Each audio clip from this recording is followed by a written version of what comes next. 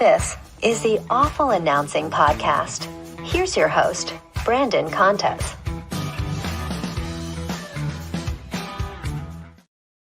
Alrighty, welcome to episode 79 of the Awful Announcing Podcast. I'm your host, Brandon Contes, and this week we are joined by longtime hockey analyst Jeff Marek, who joins us to talk about his new show, The Sheet with Jeff Marek. Jeff, thanks so much for coming on the podcast today.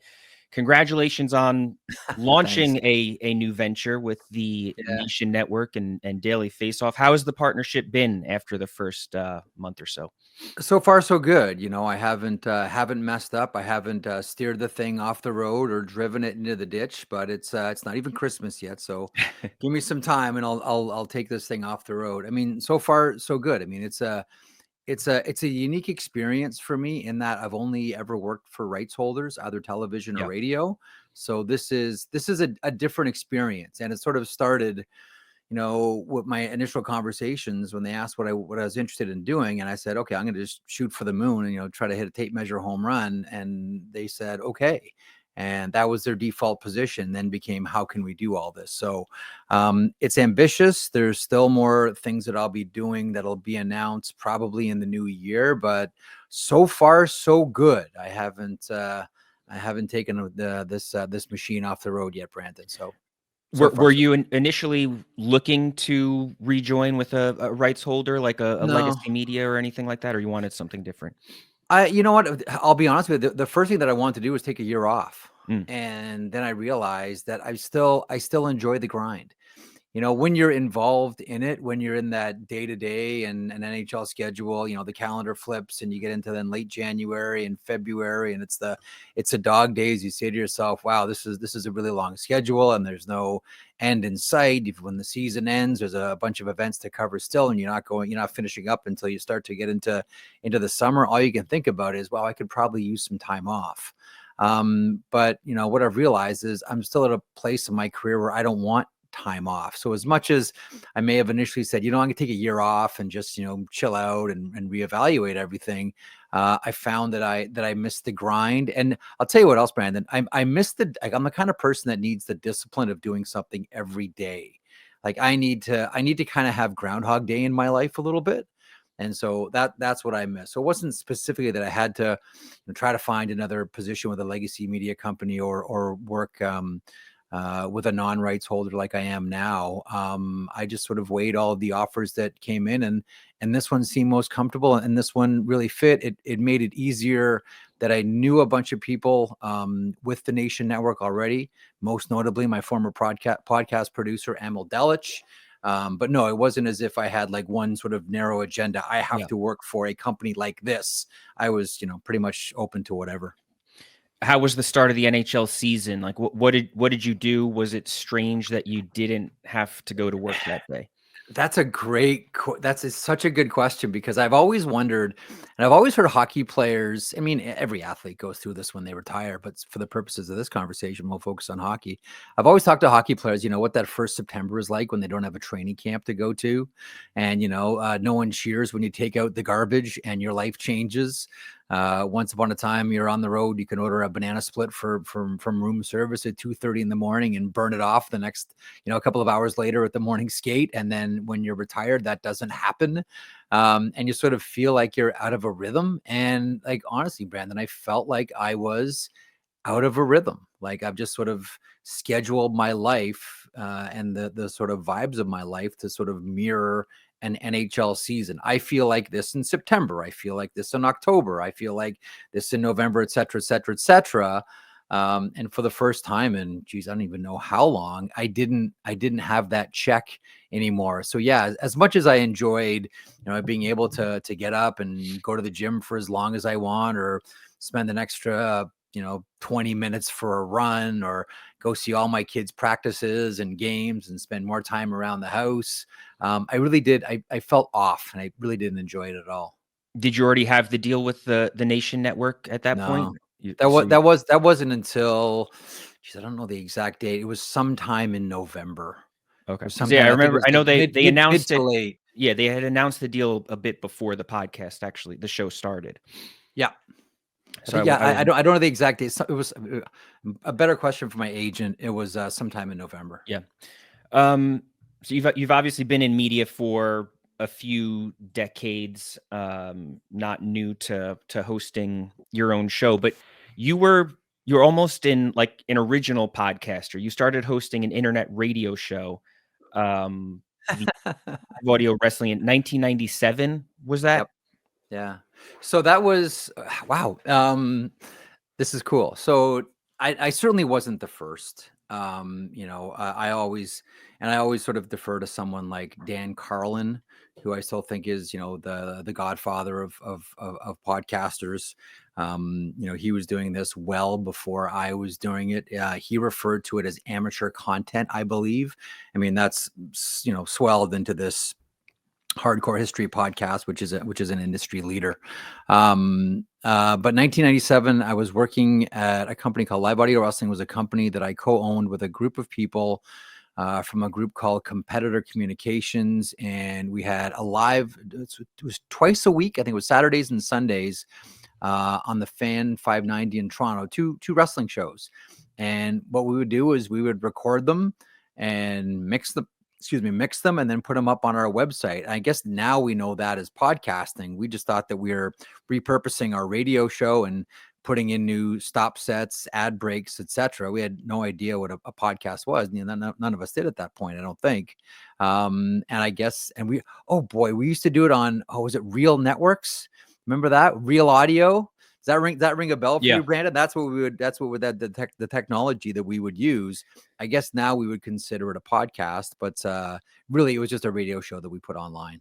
What was your familiarity with the internet at that point? Like Google wasn't even founded in 1997. Like I'm not sure if I even really understood what the internet was. So like, did you realize that you were putting these shows on? Like, do you have any idea even what the amount of downloads or listens the shows would get off the internet specifically at that point? You know what? I never even asked. As naive as that sounds, I never even asked. That was just a way for our fans that couldn't listen live. They could listen throughout the week. Maybe Monday morning when they got up, they were busy on the weekend, just to make sure that our fans didn't miss any of, mainly the interviews that we did. They had a chance, and we'd isolate the interviews too, sort of carve them all out. But I'll tell you a story about the internet. So I started at the Fan 590. I think it was owned by Telemedia at that point, in 1994. And in our program director's office, in Nelson Millman's office, there was a computer that had the internet, but nobody knew how to use it except for one person, and that was Elliot Friedman. So what we would do is we would always call Elliot at the station and ask him to look things up for us, because none of us knew how to use the World Wide Web at all. Elliot was it was like this weird that we would all sort of gather around and look at it, and a couple of people would push buttons, and then chat rooms would pop up, or very primitive websites would pop up, and we would marvel, like, the first time cavemen saw fire. Like, I remember very specifically, like, being gathered around this computer monitor back in '94, just being in awe of what this monster had inside of it. So that was my my introduction to the internet. By the time the Live Audio Wrestling show rolled around, I had a better working knowledge of the entire thing. But the early years were bizarre. I still remember, oh, we don't know how to use this thing. Call Elliot, see if he's at the station. He can answer for us. Yeah, it's just like so many radio stations and hosts were kind of scoffing at the idea of podcasts as recently, really, as 4 or 5 years ago, like before the pandemic. So to hear you were kind of podcasting a radio show, more than a quarter century ago, it's crazy, but it's also pretty cool. In some ways, for broadcasters, this is going to sound maybe awful to say, but here I go. For broadcasters, the pandemic was sort of a blessing, in that we all learned that we have the technology and the ability to do things from our homes. Yeah. Like, we don't need to physically, that's when you've talked about this before, like, you don't physically need to be somewhere specific to do a show. The technology is there and continues to improve. It opens up a lot more possibilities that you don't have to have someone physically standing next to you or sitting next to you to do a show. And I think it's improved the quality of broadcasting to the point where, I still believe that we live in this golden age of audio again. I know all podcasts, have a video element to it, and mine's no different. Mine does as well. But I really do believe that we're living in this golden age of audio again through podcasts. And we don't refer to it as that, but here we are again, going back to sound as being primary, and the idea of a person, a microphone, a brain, and an on-off switch, leading to, incredible discoveries on behalf of not just the person doing it, but the people listening to it as well, which has in turn spurned on a lot of other podcasts. Like, how many different people, I mean, when Greg Wyshynski and I started MVSW, Marek vs. Wyshynski, I want to say it was 2011. There was one other hockey podcast, and that was Puck Podcast. And they had started before us. And that was it. And now look around the landscape. And I'm not saying it's because of what Greg and I did and we had this marvel. No, it was just the nature of people were understanding the technology and understanding that they can do this as well. But it happened really quickly.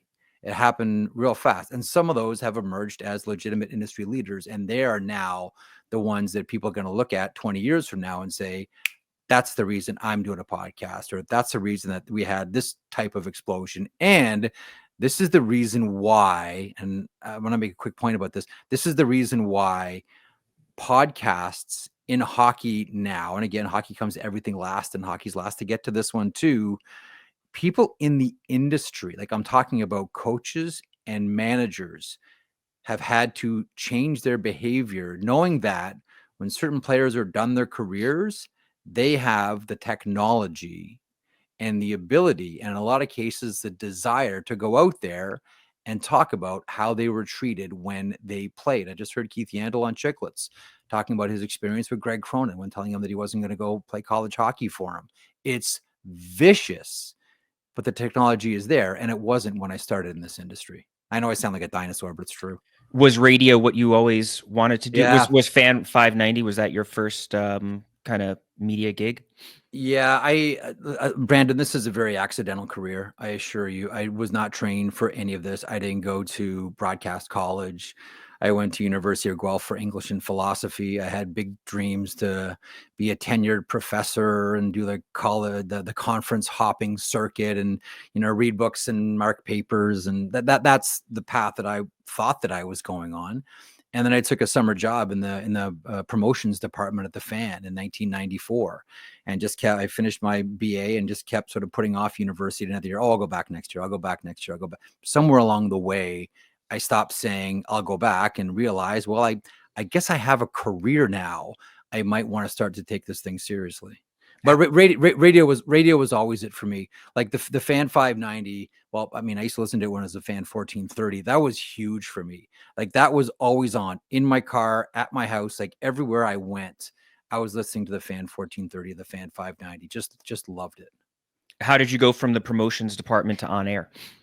So at that time, so Telemedia owned the Fan, and they also had a magazine division. They used to publish the Hockey News, would have been one of their publications, and a couple of other magazines as well. And there was a meeting where they were trying to figure out how they could put together a sports magazine aimed at a younger sports demographic that radio, which tends to skew older, as you know, wasn't hitting. And one of the models was the original Slam magazine, the great basketball magazine. Could we do something like this for sports for a Canadian audience? The problem was, around the Fan at that time, there was nobody under the age of 25, except for me, George Strombolopoulos, Bob Makowitz, and a couple of other people. And so they brought us into a meeting, and we discussed what a Canadian sports magazine could look like. And somewhere during the meeting, someone said, as a proof of concept, do you think you could do this on air? Like, what you're pitching is a magazine format. How would it sound if we gave you a time slot to do it? So they gave us the highly coveted 1 a.m. to 2 a.m. Friday night time slot to use as a proof of concept for this magazine. It was me, George, and Bob, and we sort of loosely used the pitch to Telemedia to try to format to format a sports talk show. At times it was good. At times it was awful. Every single week we tried things that otherwise we never would have been able to do anywhere else. And all of it was because of this magazine pitch. Like if I didn't go, I always think about this. If I didn't go to that magazine pitch, if I just said, I don't want to, you guys just go do it. Or I'm not really, if I didn't go to that pitch that day, I wouldn't be talking to you right now. Yeah. There's no chance. And after that, it just became that show lasted. The magazine pitch went away, and the show lasted for about a year. And you'll like this story. This is the days before email, ladies and gentlemen. And the program director in question here is Nelson Millman, and him and I are great friends and have become great friends since this incident. And we always laugh about it. I got fired in 1995 or 96 at the Fan with a note on the fridge, the kitchen of the Fan 590. There was no like inter-office email. There was a note put up on the fridge. And I remember getting a phone call from Strombolopoulos saying, he's like, hey, have you talked to Nelson? I said, no. And I checked my voicemail and there was nothing. I should check my answering machine. That's how far back this is. I checked my answering machine and there was nothing. And he said, well, you just got fired. I said, what do you mean I just got fired? He said, well, there's a note on the fridge about how you and Bob just got fired. I said, a note on the fridge. So Strombolopoulos still has it somewhere in one of his mini houses being fired on the fridge. Not even a phone call. Thanks, Nelson. Nelson later went on to be one of my great mentors and great friends and great allies in the business. But he always hates it when I tell that story, but it's true. Nelson fired me with a note on the fridge, Brandon, a note on the fridge. Was that standard protocol around there? Kind of like in high school, like the cut list outside of the gym, like every Friday they post who gets let go on the refrigerator? I think most people, it just shows you where I was in my career, that I was like such an afterthought. It was like the Friday, midnight to 1 a.m. or 1 a.m. to 3 a.m. shift, whatever it was, where we got paid the princely sum of $10 an hour, not each, collectively $10 an hour. So that's how low I was on the ladder, that I didn't even get a phone call. It's just like, it's just dust Marek. Like just put a note on the fridge, put a Post-it on the fridge and be done with them. And clearly they assumed that would be your first stop when going into the office or studio, the refrigerator. No, I think they knew that someone would call me, but they didn't have the decency to call me themselves. Like the more I think about it, like the more hilarious it gets, because you put a note like that up on the fridge, you're going to assume that someone is going to call me and say, hey, I heard you got dusted. Yeah, I'm really sorry to hear that.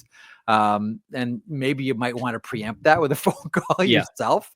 Couldn't even be bothered. Like that's how much of an afterthought. But listen, it was a power for the only sports talker in Canada and really successful radio station. I can understand where I was an afterthought. I was horribly offended at the time because, don't you know who I think I am?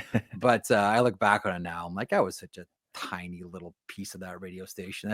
That's probably how I deserve to get fired. And then how did you get to Sportsnet? So after that, I worked at a radio station called AM 640, which was owned by Chorus, and did a noon hour hockey talk show, which was simulcast on Leafs TV, which was a John Shannon creation called Leafs Lunch. It was me and Bill Waters, the former assistant general manager of the Toronto Maple Leafs, former longtime agent, former football player. And so it was a great show. Wonderfully, it was like one of the first sort of sports specific shows in market. And what it was really there for was to complement the Toronto Maple Leafs radio rights deal, which Chorus had acquired. From there, I got hired by Scott Moore when he ran CBC Sports. They were looking to start a new Hockey Night in Canada radio show on Sirius at that time. So they did a deal with Sirius Satellite Radio, and they were looking for a host. They didn't have anyone internally that either had the maybe desire to do it. So they went out of shop, and it was between me and I think two other people. And I ended up getting it. And as I was told later by Scott Moore, and here's where I'll go back to the note on the fridge, the person who recommended me most for that job, who actually changed my life, was Nelson Millman, the guy that fired me with a note on the fridge, which is the ultimate lesson. Don't burn bridges at all, because if it weren't for Nelson, I never would have got the Hockey Night in Canada job.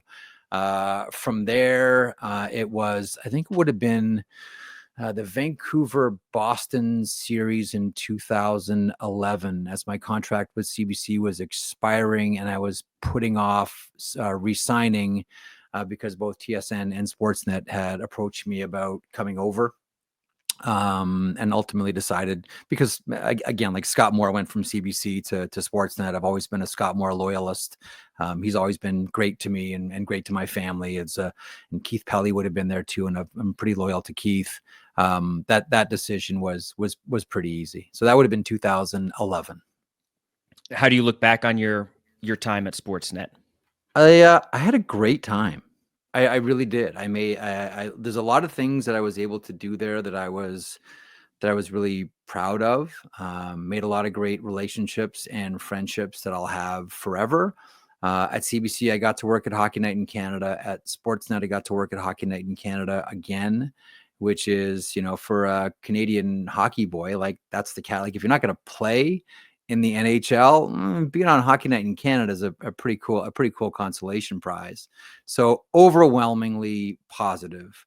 Got to do a wonderful podcast with Elliot Friedman for a number of years that we had a lot of fun doing. Got to do the original Marek vs. Wyshynski podcast, which was a lot of fun. Doing that again with Greg every Tuesday on the Sheet, the new project that I've launched. So overwhelmingly, the experiences at Sportsnet were positive. I know you signed a confidentiality agreement and can't talk about what happened with the exit at Sportsnet, but the story was well reported. And for the sake of transparency with our listeners, you were let go during the NHL draft. It was alleged that you leaked draft picks before they were publicly announced. So I'm not going to ask you direct questions about that, but what were your emotions when you parted ways with Sportsnet? Because it's one thing to be a free agent, but free agency came to you suddenly and unexpectedly, which can probably be hard. It was bizarre. I think like in media, you're always prepared for anything you're doing to end. But it never hits you until it happens. But the one thing that sort of let me know that everything was going to be fine were the nature of the phone calls I got and the messages I received, either by text or by DM. That, it wasn't as if I, went through like a long depression or anything like that. Like after about a week, it was like, oh, okay, you know what? I get to now finally sort of chart my own course here, and I can sort of select through, what I want to do and find a group that I want to work with, and I flirted with this for not very long, but I think all of us will think about this when we go through a situation like I went through, maybe do something on my own, that I came to the conclusion that, maybe if I was, 25 and single, I might want to do something like that, but you get a little bit older and you have family responsibilities and mortgages, etc. All of a sudden it becomes a little bit more difficult to make that lift. So it wasn't as awful as people. I mean, so many people in our industry have been dismissed before. And some of the horror stories are awful. Mine wasn't like that. I kind of looked at it as, okay, hit by pitch, get back in the box, and there are new opportunities on the horizon. And I'll tell you, Brandon, I really think there's one thing that I've always done in my life, really, which some people have always looked at as a negative, but I think really helped me in this situation. And that is, I've never been someone that set goals. I've never had targets. I've never believed that at this certain point in my career, I have to be doing this, making this much money. I got to have this job and I have to have this position. I've got to climb this ladder. Like, I've never done that. I've always just sort of woken up and worked hard and just seen where this thing took me. And that goes back probably to how I consider this to be a very accidental career. If I was more of a goal setter, I may have been more upset than I was. But really, I just looked at this as another chapter in my in my work career, and it was now up to me to write that next chapter as to what I was going to do. And again, I really do think a lot of it is I don't set goals. So when things happen, I tend to not get too high about them, or I tend to not, in this case, get too low about them. So 6 months ago or so, had you ever thought about your future at Sportsnet? Like, did it seem like a place you wanted to finish out your career at, or were you Never thought thinking? about it. Yeah. Never thought about it, because because you don't know. Yeah. Like, again, like, you could ask me, like, what's the media landscape in Canadian sports going to look like in 2 years or 2 months? And I'll tell you, I have no idea. So, like, I would be a total fraud if I said I know exactly what's going to happen to either me or what's going to happen to the landscape. That would be just frivolous and wrong. So, no, and just like now, I have no idea where this is going to go. I just Yeah. started. I just started with the Nation Network. Do I know how it's going to go the first year? No. Do I know how it's going to go the second year? No. Try to do my best and see where this entire thing leads. Will you ever be able to address the exit from Sportsnet in more detail? And I guess more importantly, do you have a desire to address it in more detail publicly? I don't, I don't want to give you a frivolous answer. So, I mean, I don't know. That's probably a question for my lawyer, not a question for me. Sure. So I would defer to her on this one. I would imagine at some point, but again, like, having never gone to law school and never gone through anything like this, I'm the wrong person to ask on this. Yeah. How is your relationship with the NHL? It's good. It's good. Out of respect for the people that I've spoken to, I won't discuss the nature of the conversations, but I don't think that I'll have any issues with a relationship with the NHL. And what about Sportsnet? Like you mentioned earlier, never wanting to burn bridges. Like, would you keep the possibility open to even, working with them again at some point down the road? I've always tried to pride myself on, to your point, like, not burning bridges. Yeah. And, like, no matter how thing, like, look, like I mentioned, like, Nelson Millman was my biggest backer to getting the Hockey Night in Canada gig. He fired me on the fridge. Okay, so I've learned never to burn a bridge. Yeah. You get more out of a situation when you choose conversation as opposed to confrontation. So as such, I'll never shut a door, ever, because who knows? Like, who knows where I'm going to be at in my life? Who knows where that company is going to be at in their existence? So many things change. I've always tried to. I assume two things. One, I always try to never let cement harden around any idea that I have. And I always assume that other people and other places are always evolving as well. And I try not to let my idea of who they are or what they are in the case of a company harden, and just hold them in place and assume that they're always going to be like that, because it gives me comfort. Places change, people change, situations change, media landscapes change. So as such, I would never close a door anywhere. After being on the sideline for a couple of months and being a free agent, what has the response been like from fans to your new show and comeback? My experience, specifically online, I mean, that's where we all live. Yeah. Has been overwhelmingly positive, and I don't know why. I really don't know why. For some reason, as much as people sometimes treat social media like an echo chamber for assholes, it hasn't been that way for me. Like, always, like, inevitably, like, I've chosen as a profession to raise my head up above the crowd. I have to expect that people will throw a stone. I have to expect that. And that's baked into the pie. Everybody gets free shots. But overwhelmingly, like, the reaction was positive, to the point where it made me uncomfortable, because I don't take compliments very well. And I'm sure there's a million reasons for that. And that's a great question for a therapist. The response has been overwhelmingly good and positive and supportive, not just of people that have that have, listened or watched throughout my entire career at the various stages, but from people within the National Hockey League. Like, I had presidents reach out, I had managers, plenty of managers reach out, had CEOs reach out, had a couple of owners reach out, had some really great conversations with a couple of team presidents as well. People within the National Hockey League reached out. So it's been other media members reached out as well. So overwhelmingly, it's been positive. The one area that I'm still sort of uncomfortable with is all the, even just not used to all the positivity online, because I've lived my life on social media since I signed up on Twitter in like 2010. Overwhelmingly, the majority has been completely positive and supportive. Very cool. What can fans expect from the new show? Like, what do you try to do when building out an episode?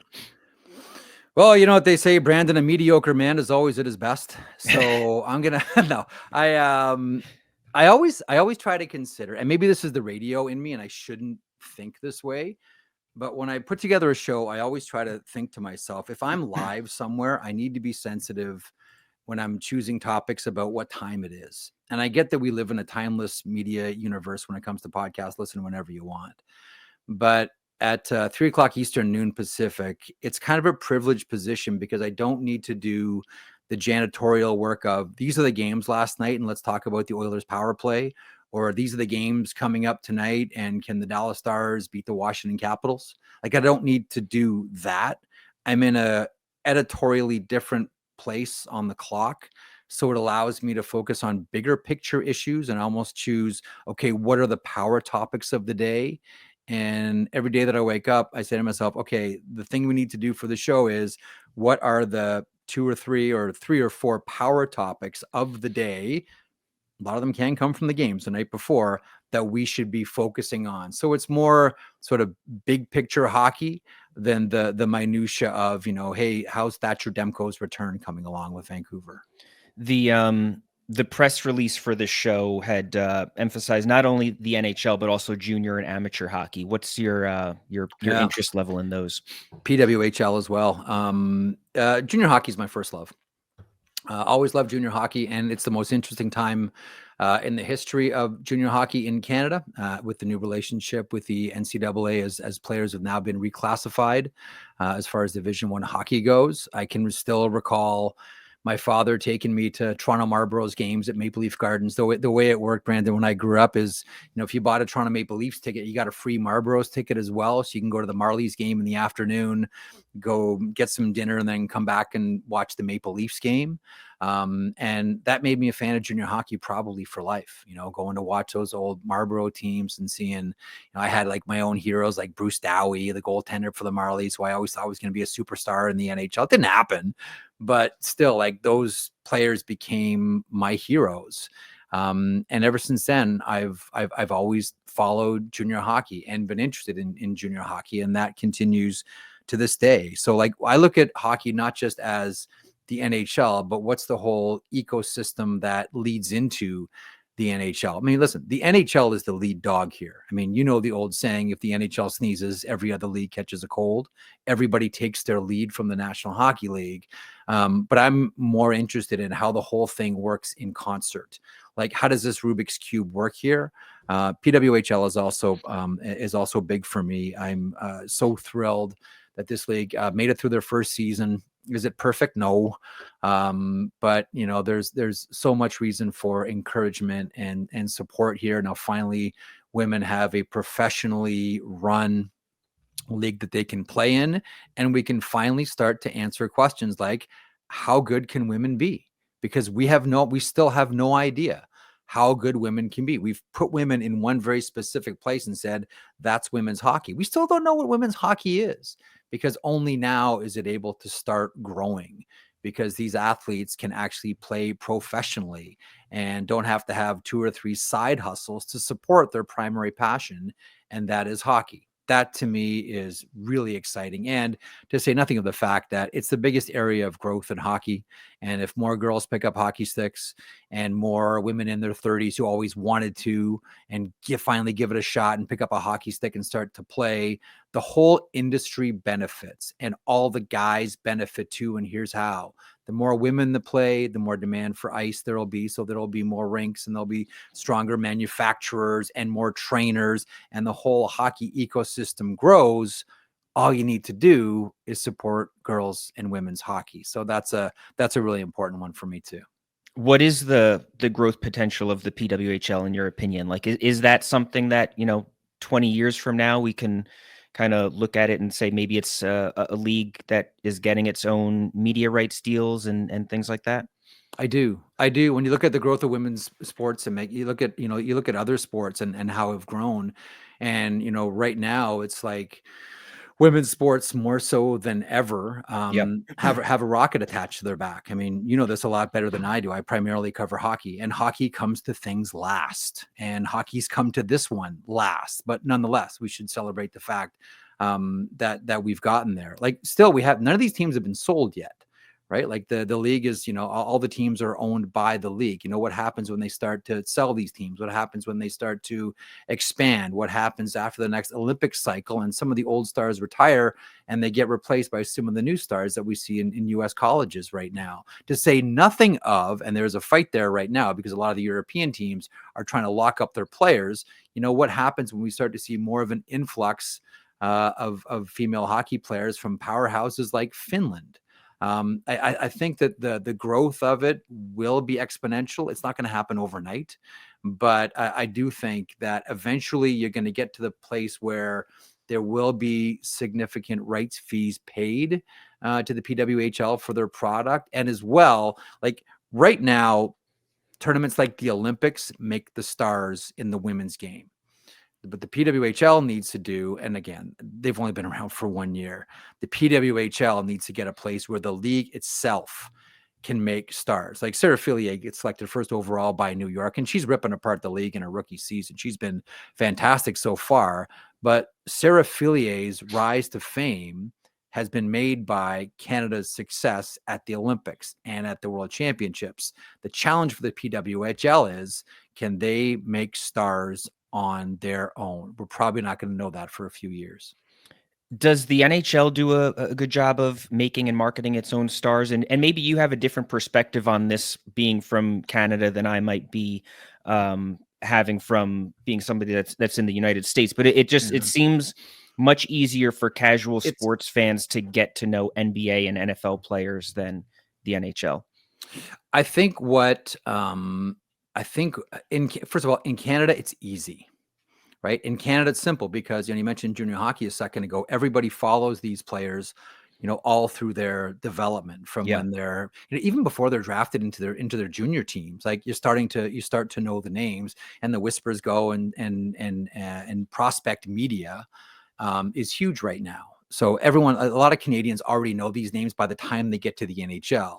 The issue that the NHL has had stateside for years has always been, it seemed like hockey players came out of these hockey factories in Val-d'Or and Sudbury and Swift Currents, and they just arrived, right?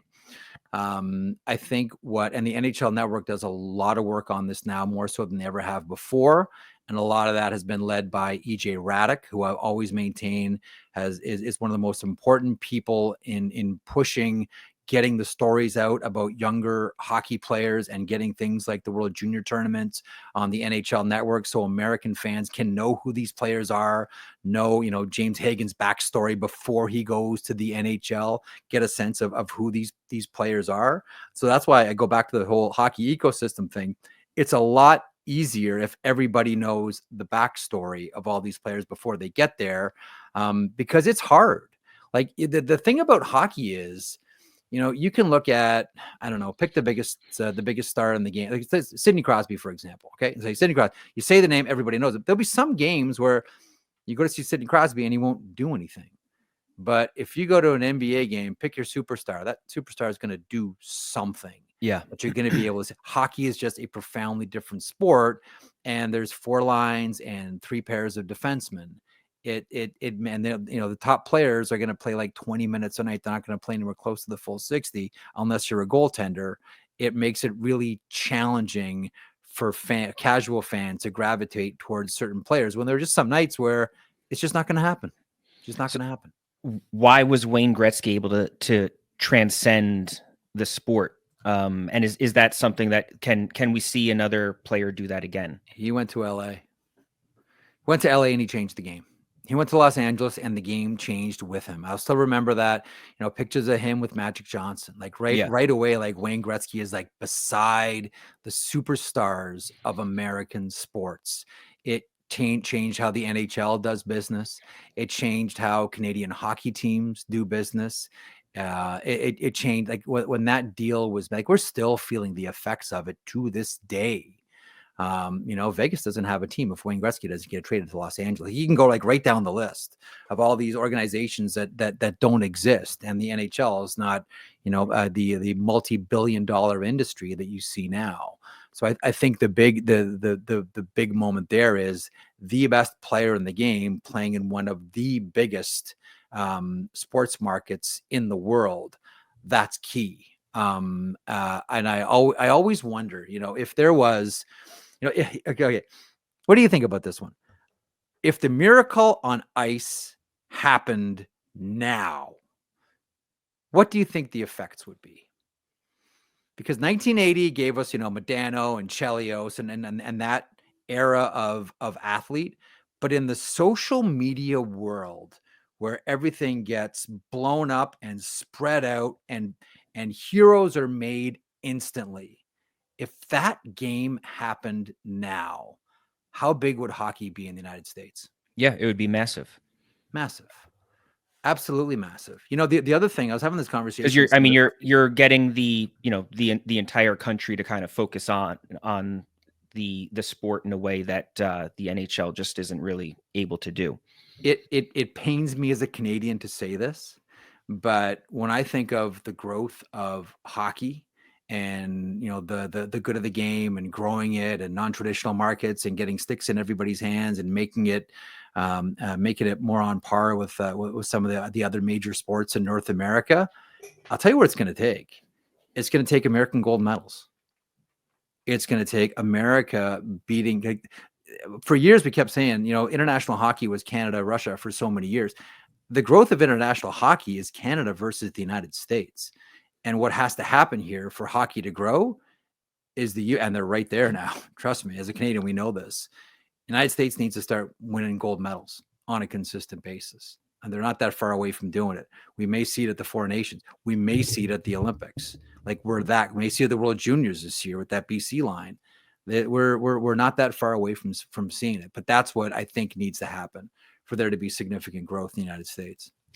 What did you think of JT Miller taking a leave of absence for mental health reasons? First of all, I applaud him because JT Miller I've always looked at is someone with new school talent, but an old school mentality. Like he plays the game, like put it this way, what I always think one of the biggest compliments you can pay any athlete, any sport, is saying, this guy could play in any era, right? There are some players that could only play in one era, maybe play in 2 eras. I look at someone like JT Miller, and I can't think of one era that he could not play. Like there's nothing that limits his game. And a lot of that, the accent is on physicality. Like he is a tough player. Sure, he's a highly skilled player and he's a versatile player. Play him at center, play him on the wing, do whatever you want, kill penalties, power play. He'll do all of that. But the accent on JT Miller, the thing that he does that a lot of other players don't, is he plays this old school, tough kind of game. Big hits, a little bit nasty, nothing wrong with that. A little bit dirty, nothing wrong with that. And he fights. He's not someone that backs down. Brandon, I can only imagine for someone whose public persona is, I'm tough, I'm good, but I'm tough, to say, you know what? I'm taking some time away. I need to sort myself out here. I need to get my own personal thing together. I think that's one of the bravest things I think that JT Miller could have done. And I'm surprised that it doesn't happen more often. Now, I Yeah. do understand that JT Miller is an elite player with a massive contract, which makes it easier for him to make that decision. There have been plenty of, bottom six hockey players that may have been going through something similar, if not identical to what JT Miller went through, but because they didn't feel that maybe there wasn't an environment for them to return if they leave, they just said, I can't afford to do this. And I understand that dynamic and I get it. But I'm surprised that it hasn't happened more often. But two, I'm encouraged that someone like JT Miller specifically was the guy that said, I need to take a pause here. I got to take a break. Do you think it might lead to it happening more often? Because like you said, like there has to be other players who have thought about or wanted to step away for a bit or would benefit from stepping away for a bit. I think it will. If you look at players now, everybody has skating coach, shooting coach, nutrition coach, gym coach, like all of it. And now they also have mental health coaches. A lot of players, like that is another advantage that a lot of players are seeking out. So it would only make sense to me. And it's not just team. This is individual players seeking out outside of the NH, outside of their club teams, seeking out, mental strength coaches. It would seem to me that, I'm sure like a lot of their advice would be, you need to take a timeout. You need to take a pause. So I would imagine this would happen. I don't know. It's going to be like, 3 or 4 guys every year from every team, but I do think that it's going to happen more now. Yes. How was it received by hockey fans? Because like I think back to the backlash that Naomi Osaka received when she stepped away from the French Open and Simone Biles at the 2020 Olympics. Like there is obviously still this stigma around mental health. So I'm curious how hockey fans have handled it and if the NHL community is kind of like receptive to this idea. I didn't hear much, if any, criticism. Overwhelmingly, it was supportive. This guy needs to do what he needs to do. I think we're at a point now.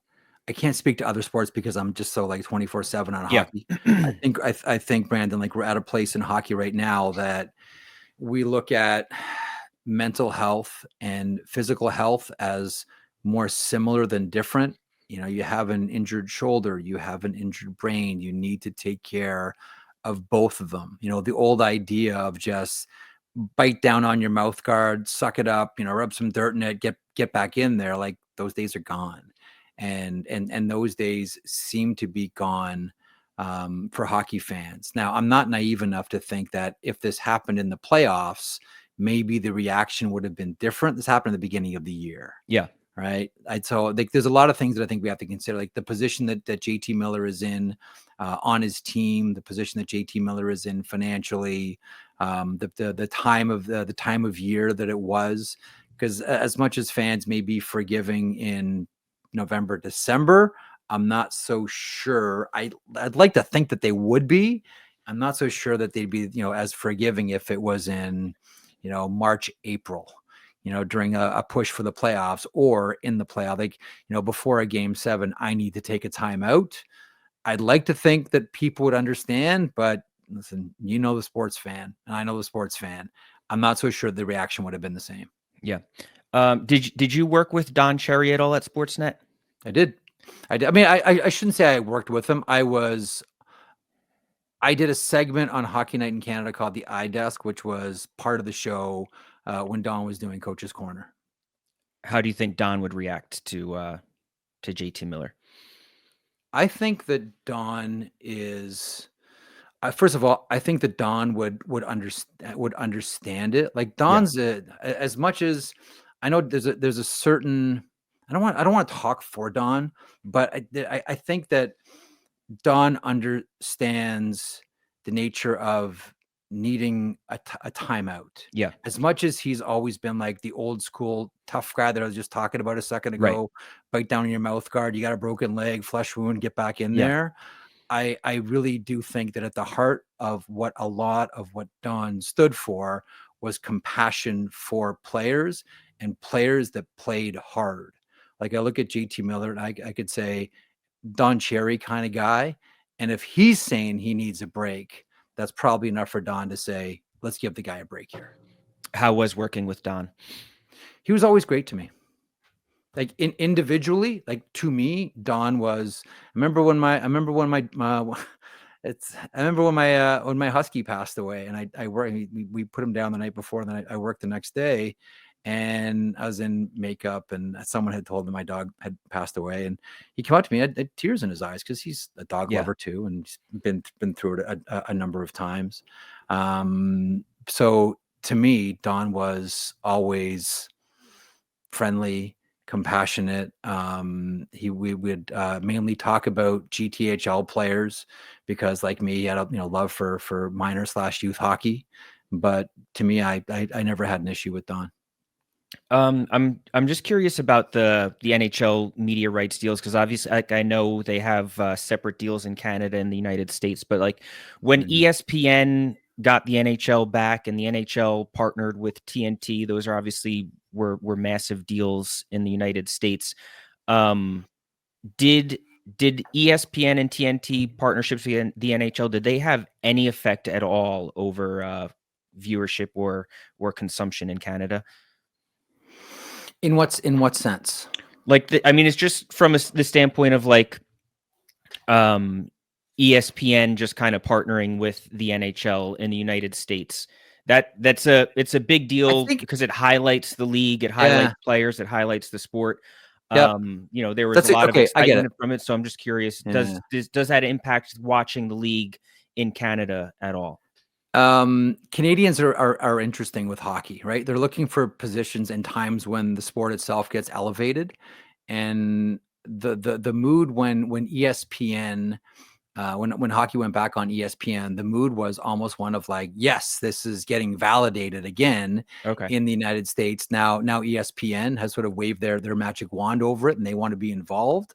I think people in Canada were curious about how TNT was going to handle their package, but overwhelmingly, I think what you saw with that panel, with Wayne and Paul Bissonnette and Henrik Lundqvist and Ace and Rick Tocchet, and then went on to the Vancouver Canucks. I think that opened up a lot of possibilities for pregame and intermission and postgame coverage, because they were doing it so differently, where the focus was, sure, the focus is on the game, but there was still a strong focus on personality. And that really shone through. Like they try, and Liam is just the perfect host for it too.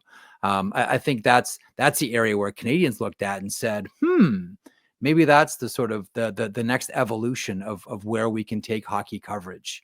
And it doesn't have to be one very specific way, the way that it's sort of always been in Canada. There are different possibilities if you take a couple of chances. Don't be too concerned if someone pushes the line a little bit too much. If you have like a group that's supportive of that, you can do a lot of interesting things. And I think that TNT intermission show is nailing it. And I'm clearly not in the minority on that one. Yeah. Last thing, the NHL, should the NHL be looking to add expansion teams? Like, are they looking to expand? There's always rumors about the NHL going to 34, 36 teams. Is that a good or a bad idea?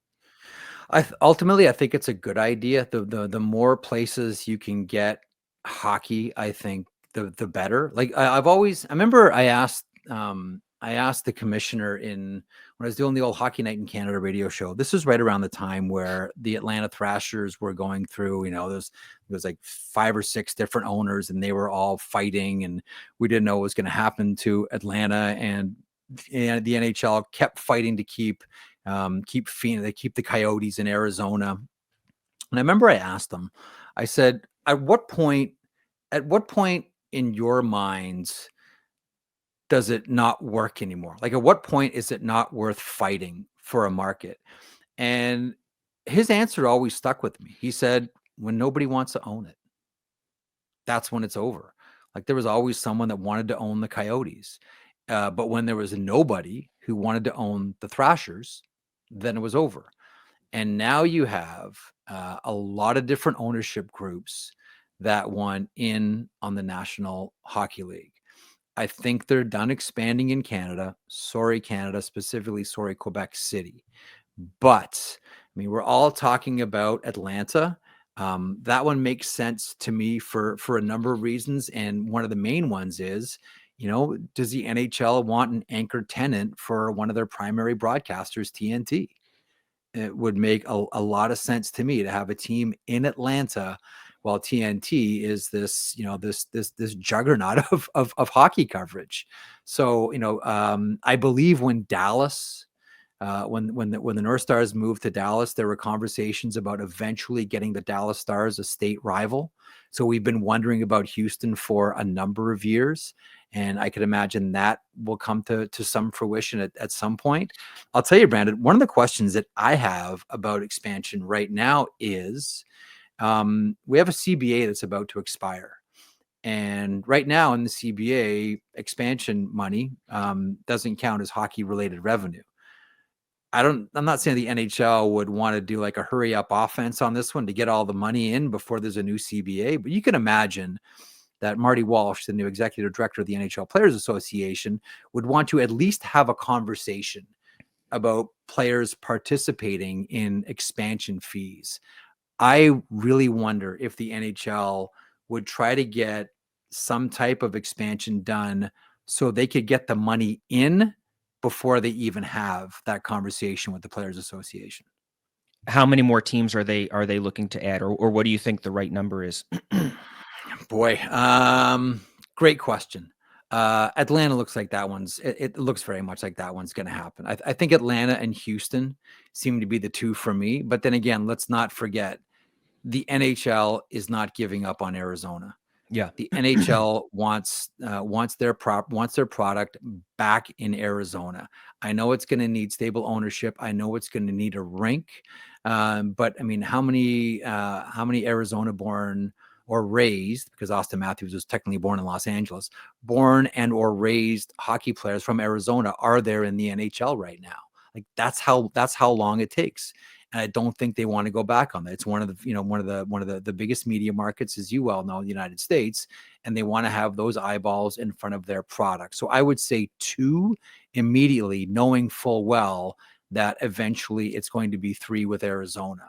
And look, like I was just talking to someone the other day, like, Vegas is doing all they can do to try to grab as many people in Arizona to get to games, like they're sending mascots and they have all these, on-ramp programs as they get kids involved in hockey, and the Vegas Golden Knights branding is I get it, because there's hockey fans there now and they need a place to go. So I think that they are going back eventually.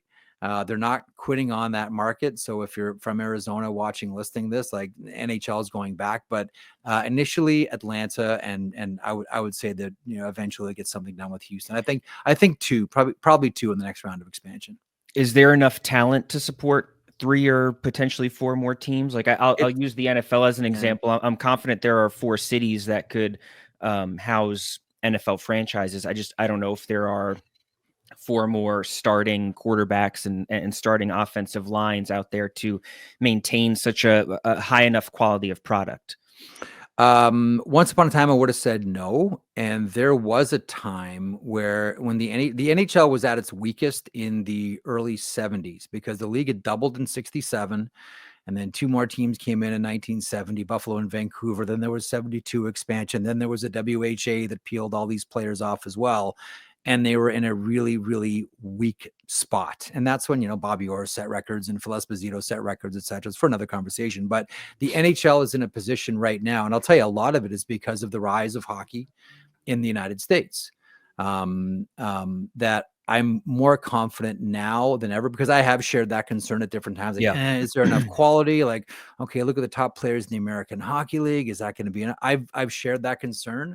But I put it this way: if they expanded by 5 teams tomorrow, I'd say, whoa, pump the brakes on it. But 2 in a couple of years, I think the NHL will be fine. I think a lot of it is because of the rise of hockey in the United States. Jeff, you were great. Thanks so much for coming on the podcast today. I really appreciate it. Appreciate the questions. Thanks for the conversation, Brandon. Of course. That is Jeff Marek. I'm Brandon Contes. This is the Awful Announcing Podcast. Please rate and subscribe to this podcast. Please also subscribe to Awful Announcing's YouTube page. But regardless of how you consume Awful Announcing and the Awful Announcing Podcast, thanks for listening and be good. Thanks for listening to the Awful Announcing Podcast. For the latest news spanning the sports media landscape and more, check out awfulannouncing.com and follow us at Awful Announcing.